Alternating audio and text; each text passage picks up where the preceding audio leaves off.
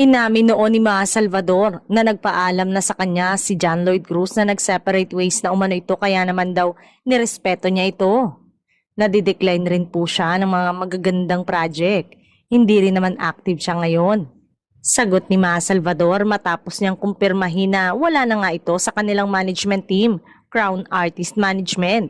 At nang tanungin kung namimili ba ang aktor ng trabaho, say nito, hindi naman, parang safe na sagot pa ni Ma sa media conference ng renewal of partnership nila ni Miss Raytan ng Beauty Derm Corporation last Wednesday.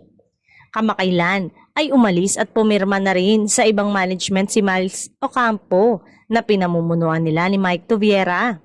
Halos sabay sila ni na John Lloyd at Miles na ipinakilalang talent ng management team nila, Ma Salvador, kasama ang kanyang mister na si Rambo Nunez. Samantala, kahit ang offer daw ng endorsement ng Beauty Derm kay John Lloyd ay hindi na ito nakaka-interes. In other words, ayaw na talaga ng aktor na magtrabaho.